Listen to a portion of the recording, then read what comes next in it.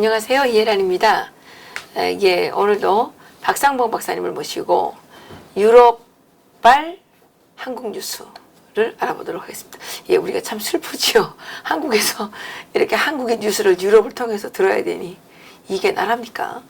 박사님 안녕하세요. 안녕하세요.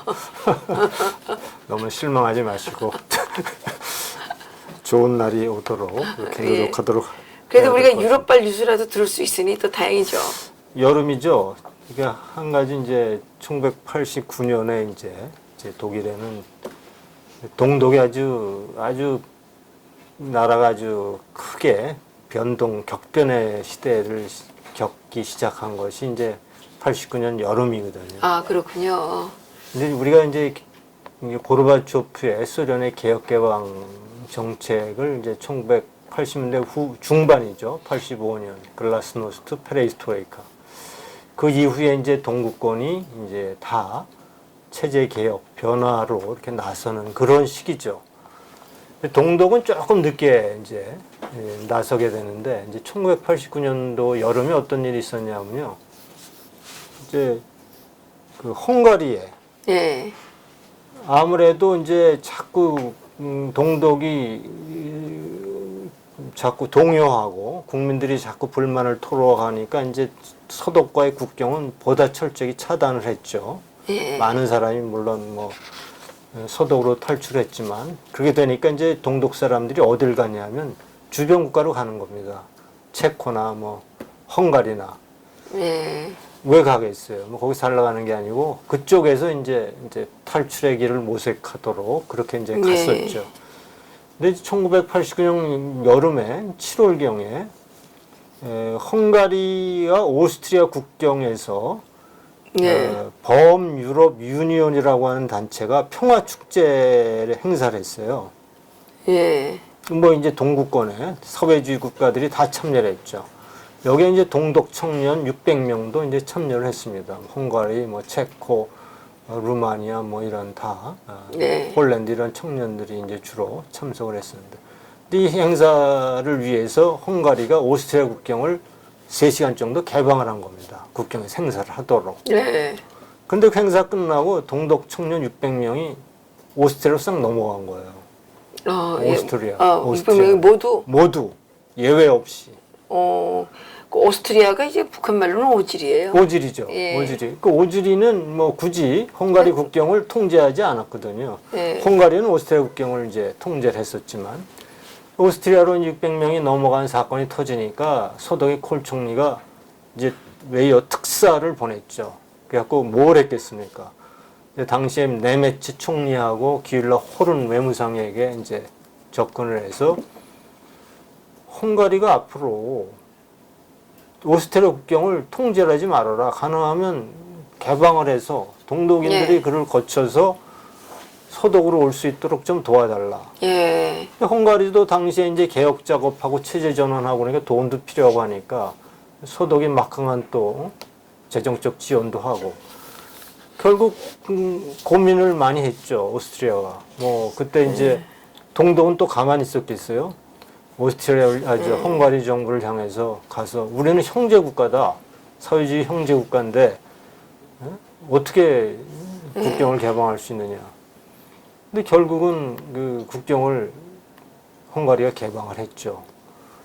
헝가리가 그러니까 거기는 다 괜찮네요. 여기는 지금 중국이 탈북자들을 계속 강제 북송시켜가지고. 그러니까 제가 헝가리하고 중국하고 이제 가끔 비교하는데 헝가리는 그렇게 해서 자유로운 세상을 위해서 개방을 했고 중국은 지금 계속 이제 문을 닫아놓고 강제 북송도 하고 있는데 북한 사람들은 정말 운도 없어요. 불쌍한 거죠. 어떻게 주변도 다 그따위들만 모여가지고. 주변국들이 너무 뭐 주변국들이야 뭐 러시아하고 지금 뭐 중국군이 없지 않습니까? 그러니까 이제 바다를 뛰어들 수 있으면 되는데 그게 있어요. 어려우니까. 그러니까 뭐 터널을 뚫든지.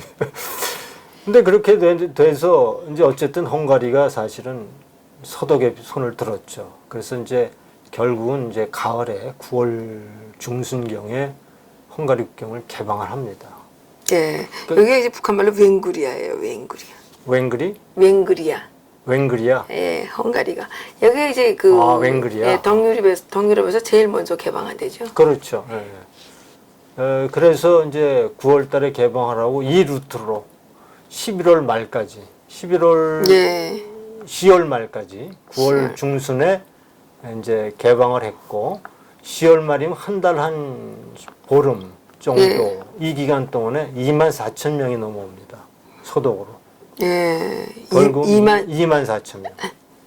그러니까 이것이 굉장히 큰 동독을 베를린 장벽을 무너뜨리는데 결정적인 역할을 한 그런 사건이 이제 1989년 여름에 있었다. 아, 이게 이제 그 동독 붕괴의 그 도화선이 됐겠군요. 도화선이 됐죠. 아주 왜냐하면 이제 자기 형제국 동맹국에도 배신을 당하고 배신을 당한 게 아니라 독재 체제가 이제 점점 허물어지는 그러한 추세였죠. 이제 북한도 중국이 강제 북송만 안 시켜도 안 하면 좋죠. 벌써 개방이 됐고 개방이 됐고 모든 문제가 끝났을 거예요.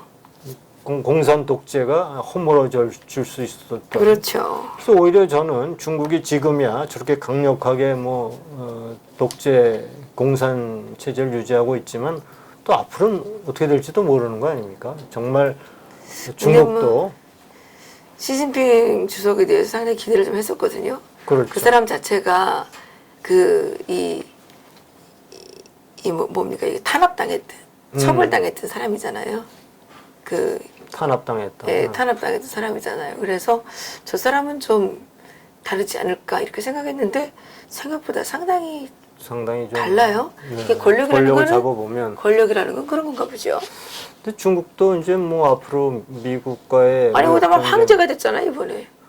근데 저기도 이제 큰 고비를 한번 거쳐야 될 거예요. 그때 이제 어떻게 될지 모르겠지만 지금은 우리가 탈북자들을 도와서 아직 하는 그런 기대는 지금 당분간 요즘에 없겠다. 북한군인이 한 명 무장을 하고 탈영을 했는데 중국에서 잡아다 또 바쳤잖아요. 그러니까 이제 노골적으로 친북 성향을 계속 노골적으로 드러내고 있는데 지난 예를 들어서 과거에 이명박 정부 그 이전에 노무현 정부 때도 사실은 강제 북송을 그렇게 노골적으로 비밀리에 했지.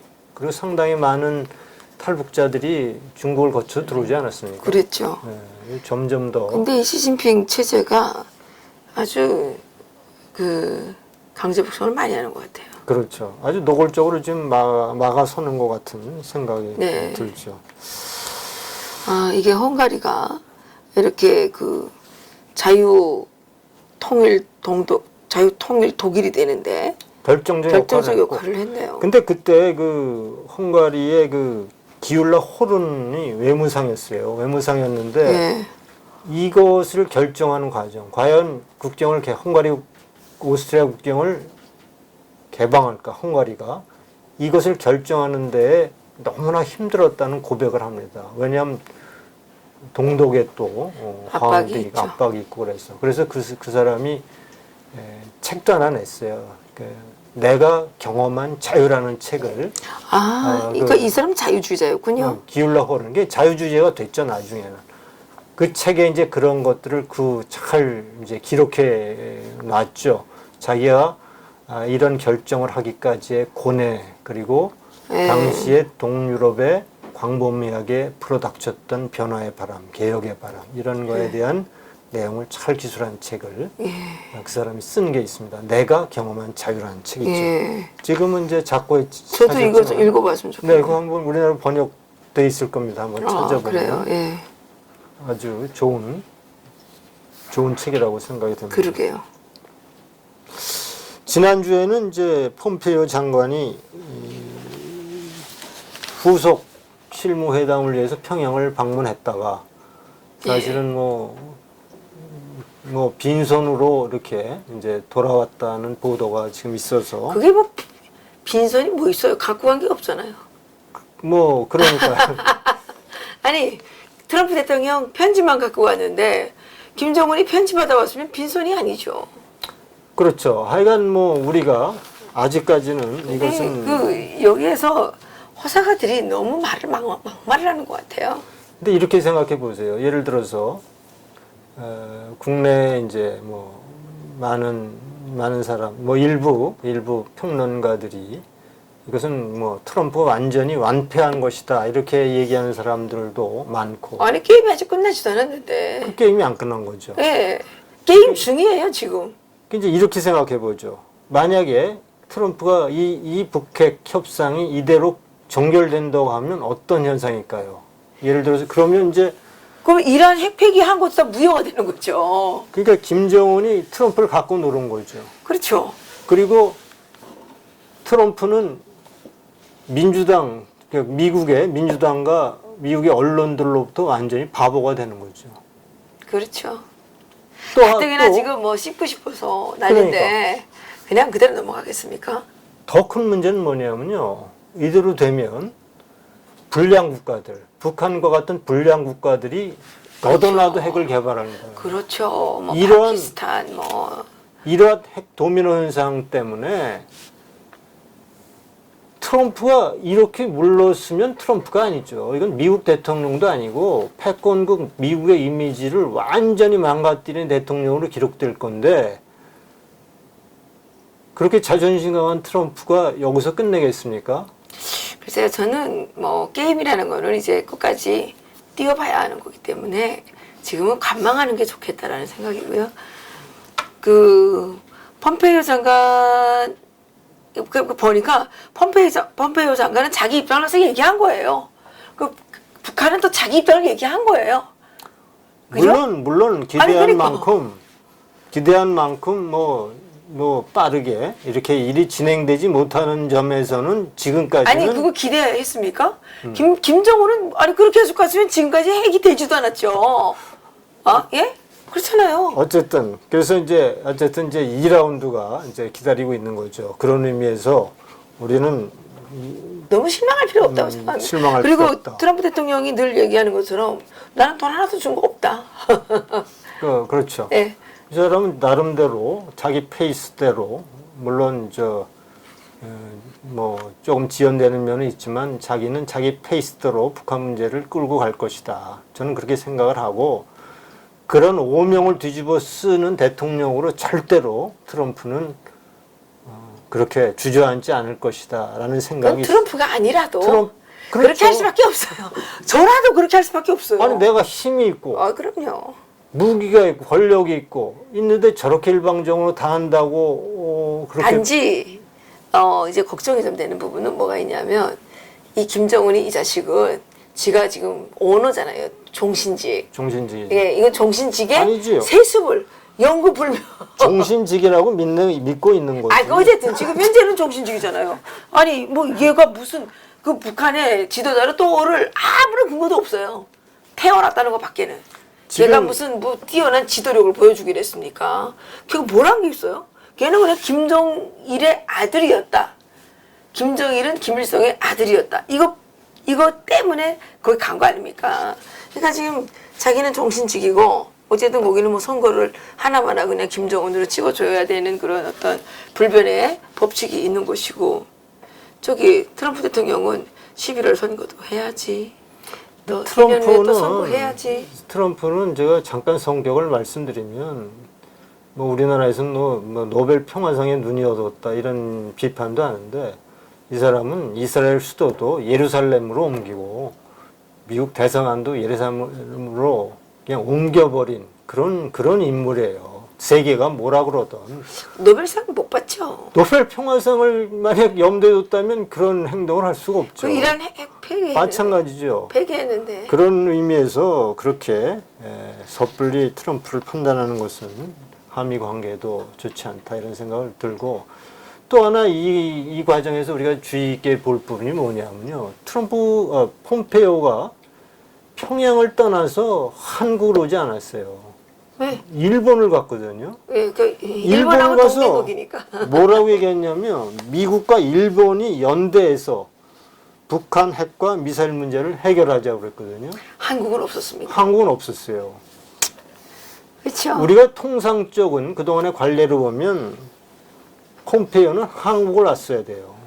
한국에 오면 다 전달해 줄 거 아니에요. 그리고 비밀 얘기를. 한국에 와서 이제 뭐 앞으로의 공조 방안도 모색하고 평양에서 있었던 일도 보고하고 이러고 이제 고노 외무상이 한국의 들러리로 들려야 되는 거거든요. 근데 지금은 강경화가 들러리가 된 거죠. 근데 강경화 장관이 거기서 뭐라고 그랬냐면 공고한 한미동맹을 재확인했다. 이렇게 발표를 했거든요. 공고한 한미동맹 확인하는 게 뭔데요? 하여간 참 아니 폼페이오가 한국이라는 이름도 추천했는데 공고한 한미동맹은 그러니까 어디서 나온 완전히 거예요? 빼버렸어요. 미국과 일본이 연대해서 북한 핵과 미사일 문제를 해결하자.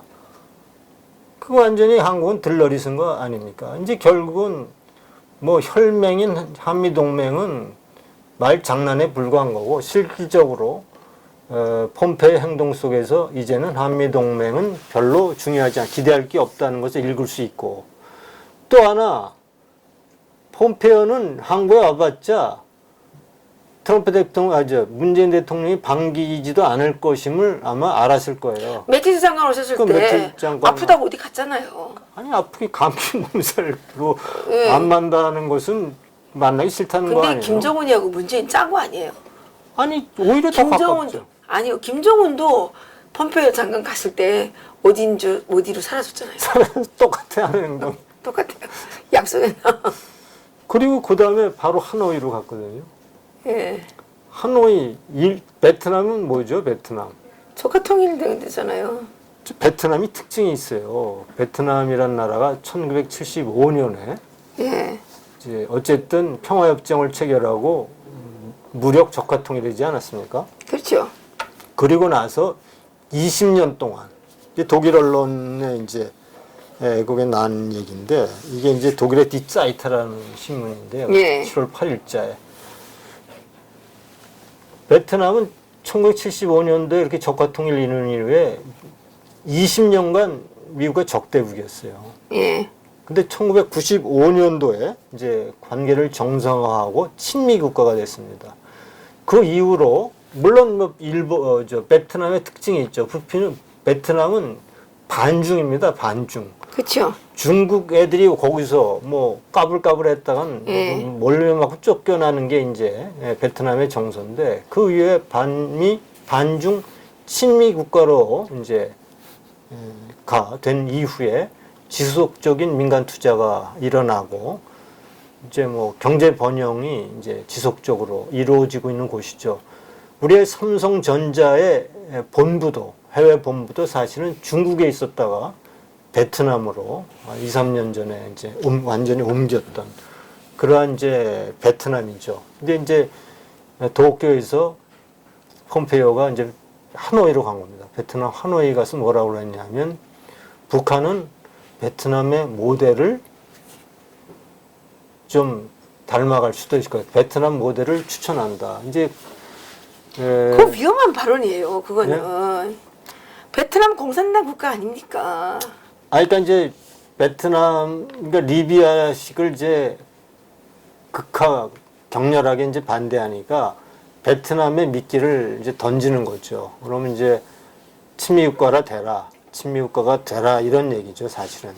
그러면 근데 친미 자유국가가 돼야지 친미 공산국가가 돼가지고 뭔 필요가 있겠냐 말입니다. 그러니까 이제 어느 당장에 날 돈 벌어들이고 조금 설만하면 공산당으로서 또 다 돌아가는 거 아닙니까? 근데 이제 지금 이제 그래서 미국의 이거는 입장에서는 정말 불만이에요. 폼페이오 장관이 이거 얘기하면 안 되는데 자유국가의 그 외교수장으로서 이런 얘기하면 됩니까? 그렇죠. 이거는 조금 정말 안타까워. 물론 대한민국이 제대로 구실을 못하니까 대한민국을 얼마나 업신여겼으면 베트남을 따라보라는 게 말이 됩니까 이게? 이게 대한민국 보라고 이거 맞는 얘기예요 이거. 맞아요. 근데 우리나라 이게 국민들이 이것도 못 알아듣고 말이에요. 바보같이 앉아가지고 박수나 치고. 야. 그러니까 일단은 북한 비핵화를 달성시키려는 어떤 일차적인 목표가 있는 것 같고 그렇게 된 이후에 사실은 호치민과 김정은 또 다르거든요. 당연하죠. 호치민은 그냥 일대였고 김정은은 3대째 셋이잖아요. 일대였고 호치민은 호화사치도 안 했고 호화사치도 안 한 게 못했고 너무 가난해가지고 아니 그리고 인민들의 편이었고 인민들이 좋아했고 상당히 가난해가지고 못 살았대요. 그런데 산속에 김정은은 인민은 아주 노예같이 삶을 살면서 본인은 황제 같은 삶을 살잖아요. 그러니까요. 그러니까 거기는 당장 자유국가 안 됐어도 이제 북한은 저렇게 되면 일단 이제 핵포기가 되고 베트남 모델로 나오면 공산 사회주의 시스템이 붕괴할 확률이 큽니다. 이제 그런 차원에서 베트남 모델은 자유민주국가로 가기 위한 어떤 중간 단계의 단계를 볼 수도 있다. 저는 그렇게 생각하는 겁니다. 그렇죠. 대한민국에 뭐 지금은 정말 어디에 숨어 있는지 잘 보이지 않는 것처럼 자유 세력이 그렇죠. 지금 좀 수세에 몰리고 있지만 다 죽은 거 아니지 않습니까? 그렇죠, 그렇죠. 예, 이 자유 세력이 공산 세력을 인정할 수 없죠.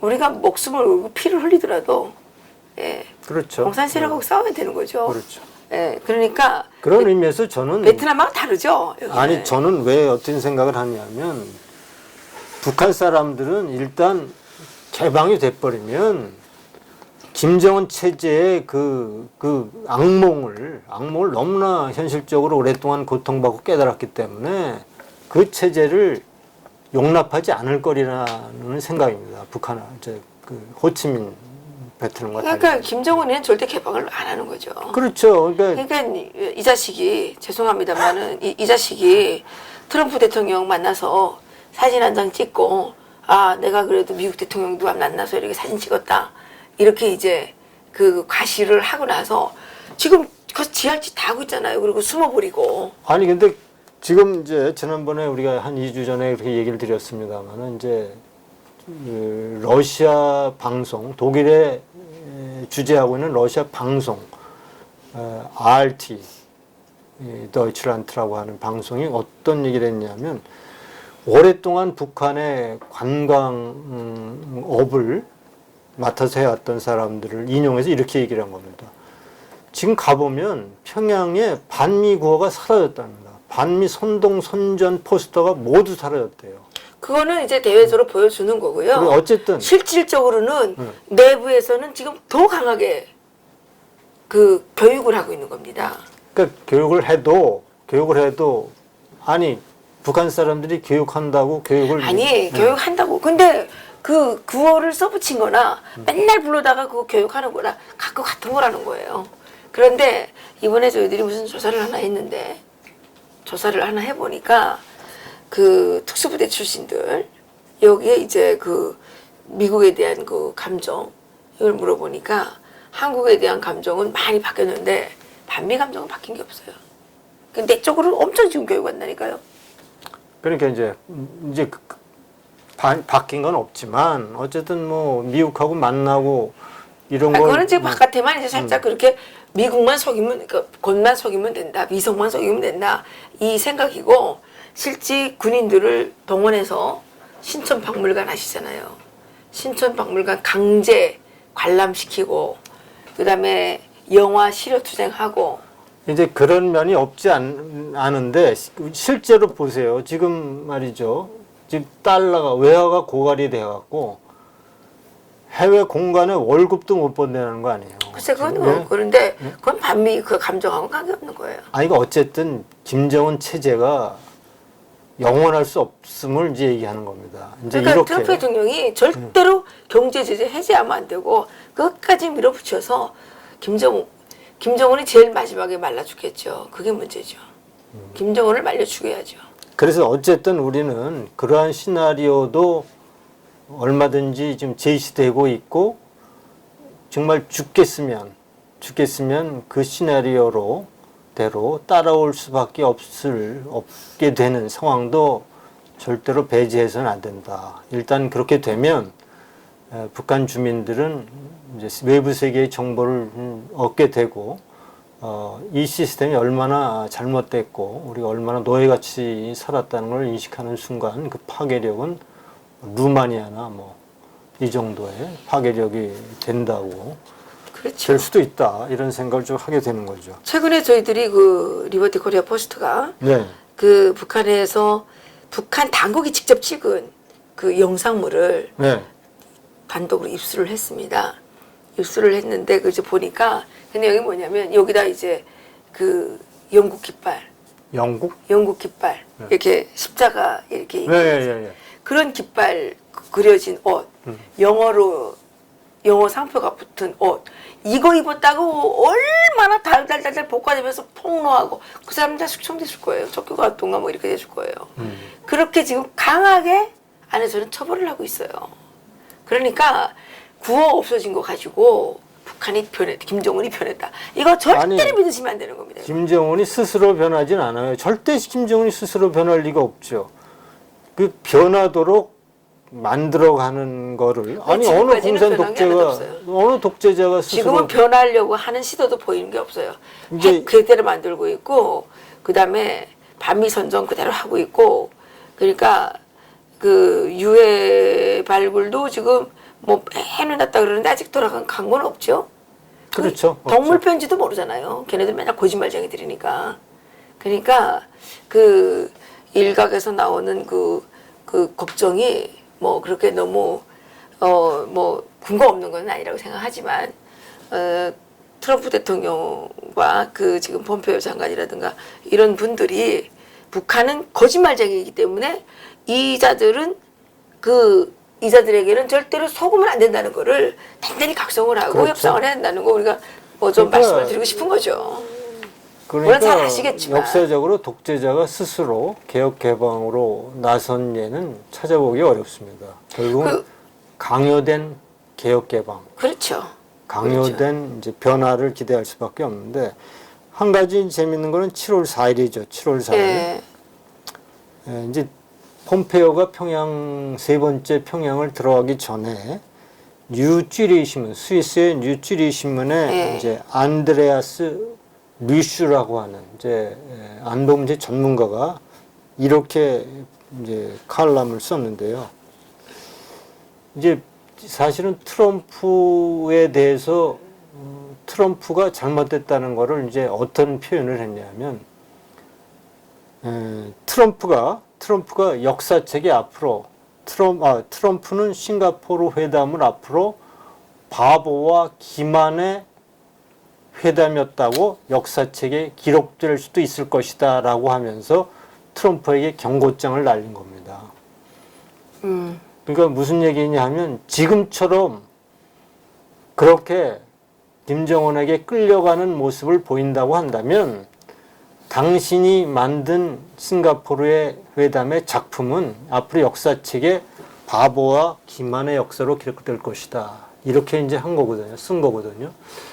이걸 보면 우리가 아까도 얘기를 드렸지만 전 세계가 이렇게 이제 트럼프에게 경고장을 보내고 앞으로 미국과의 회담, 북한과의 회담에 있어 보다 원칙적으로 그리고 보다 강력한 힘을 동반한 외교를 펼칠 것을 주문하고 있는 것을 보면서 트럼프가 바보가 아니라면 이건 뭐 트럼프가 바보가 아니라면 이런 평가와 이런 비판과 이런 비아냥과 조소를 받으면서도 북한과의 문제를 여기서 종결짓지 않을 것이다.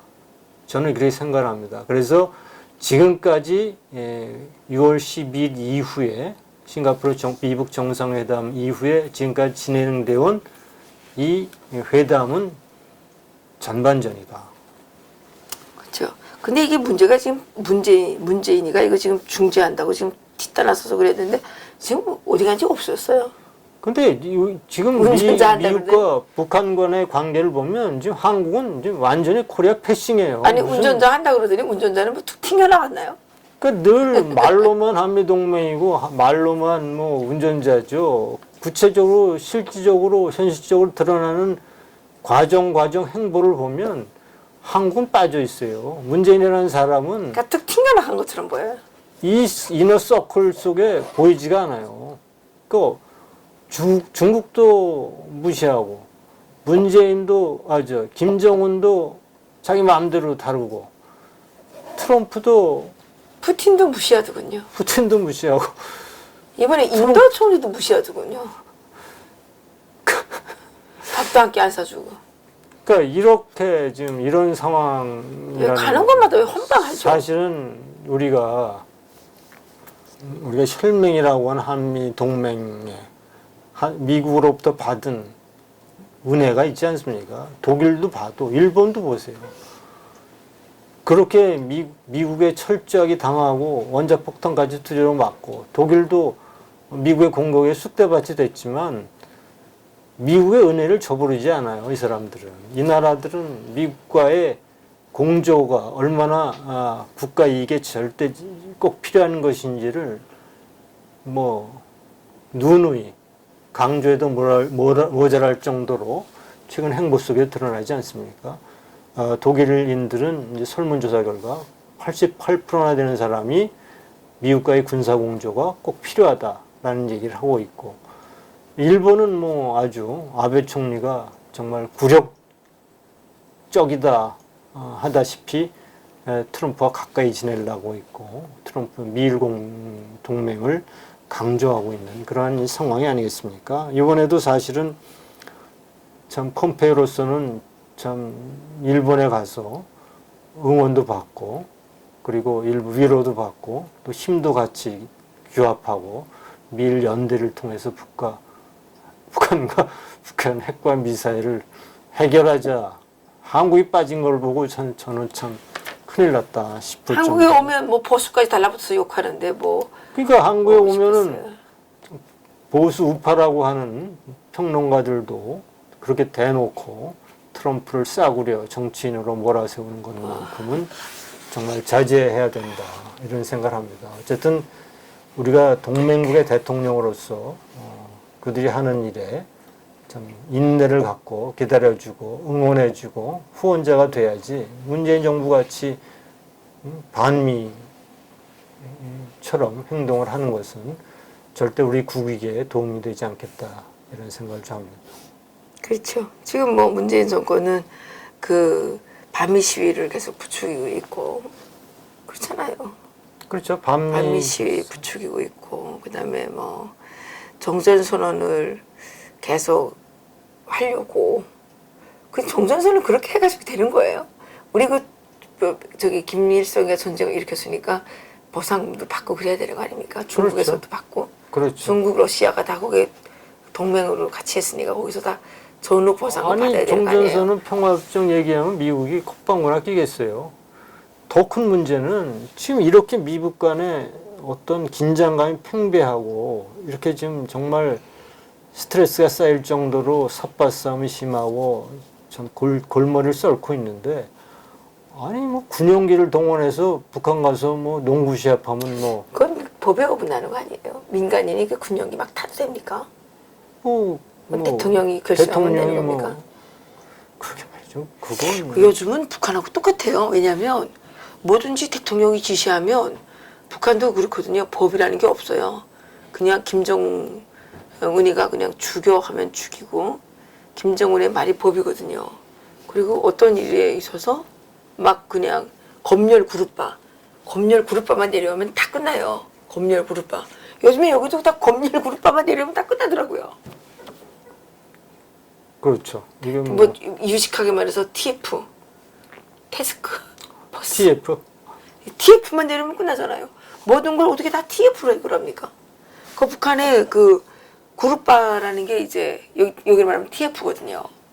그게 다 가서 그냥 무소불위의 권력을 갖고 가서 막 뭐 무슨 항병서도 저번에 뭐 그렇게 된 것처럼 그런 데도 가서 막 다 죽이고 막 이렇게 하잖아요. 그렇죠. 근데 지금 이 정권이 뭐든지 다 그냥 법으로 하는 게 아니라 TF 해가지고 정작 또 그 TF를 제대로 해야 되는 그 특검, 드루킹.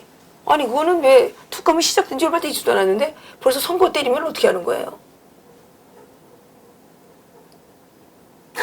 그건 형평성에 맞는 거예요.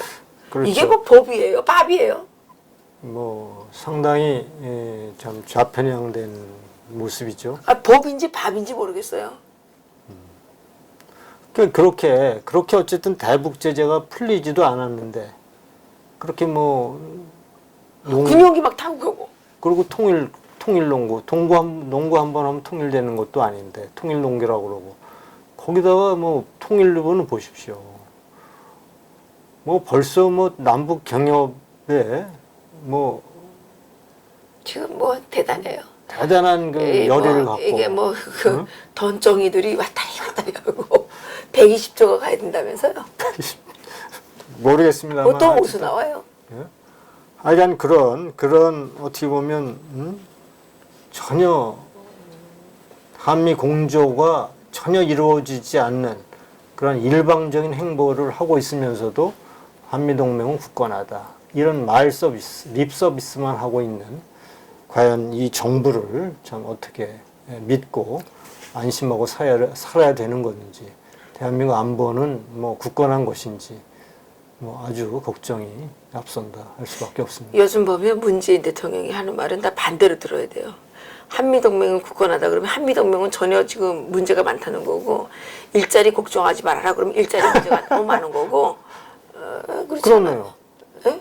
그리고 뭐 태양광 그거는 뭐 사실은 중금속 덩어리라면서요. 그럼요.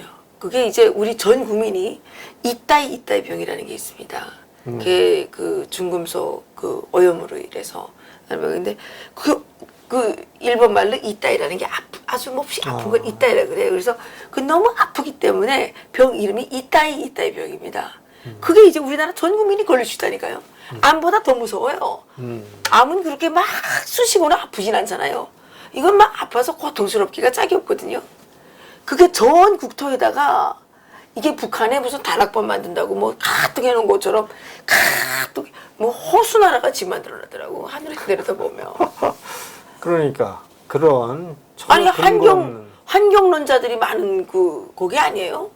환경단체들이 침묵하고 있는 것도 이상하죠. 아니 근데 거기다 환경이 다 그쪽이잖아요. 그쪽. 그렇죠. 근데 자기네가 하는 그 환경 파괴는 괜찮은 거예요?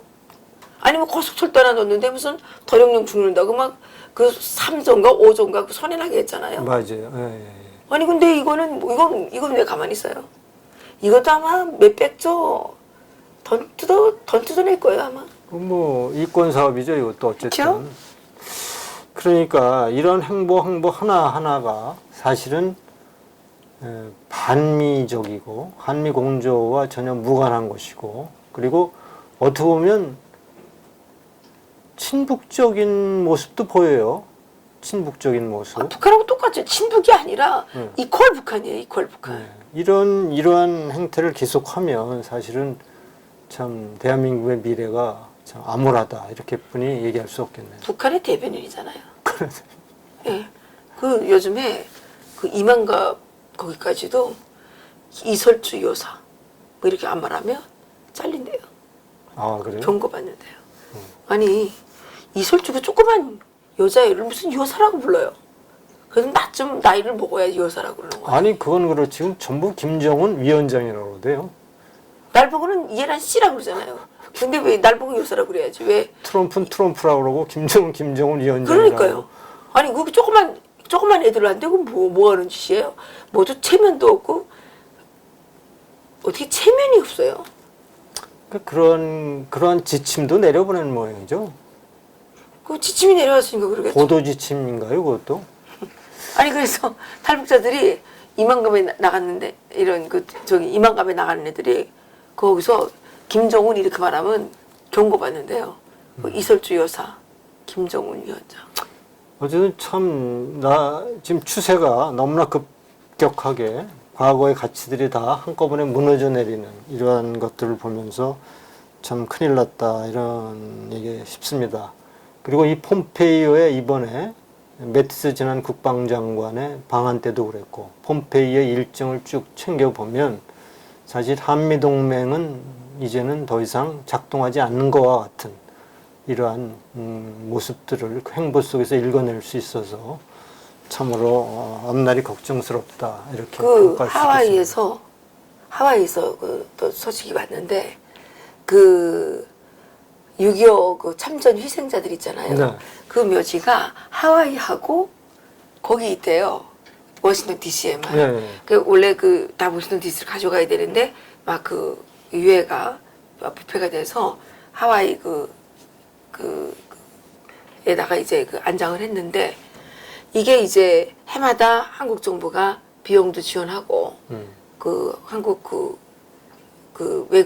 외교관들이잖아요. 하와이 영사입니까? 그렇죠. 외교 영사. 네, 하와이 영사가 자참가했는데 올해는 자금 지원도 끊고 그리고 한국 외교관이 코빼기도 안 내밀었다고 합니다. 네. 그리고 주지사 다 참가했는데 이게 외교를 이따위로 해도 되는 겁니까?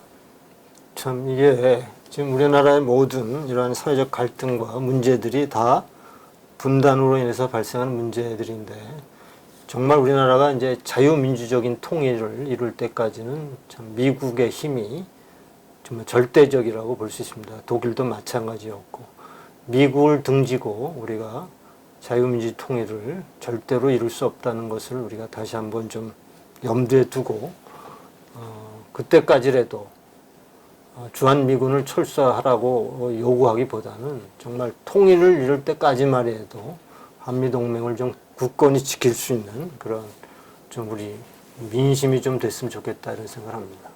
그래요? 대통령이 제일 문제예요. 대통령은 이제 3년만 있으면 이제 물러나야 되니까.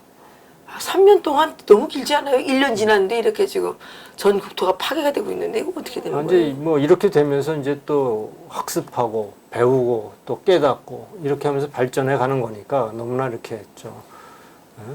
글쎄요. 걱정 안 해도. 부정적으로 생각하지 마시고. 사실 저는 정말 그동안 대한민국이 너무 자랑스러웠어요.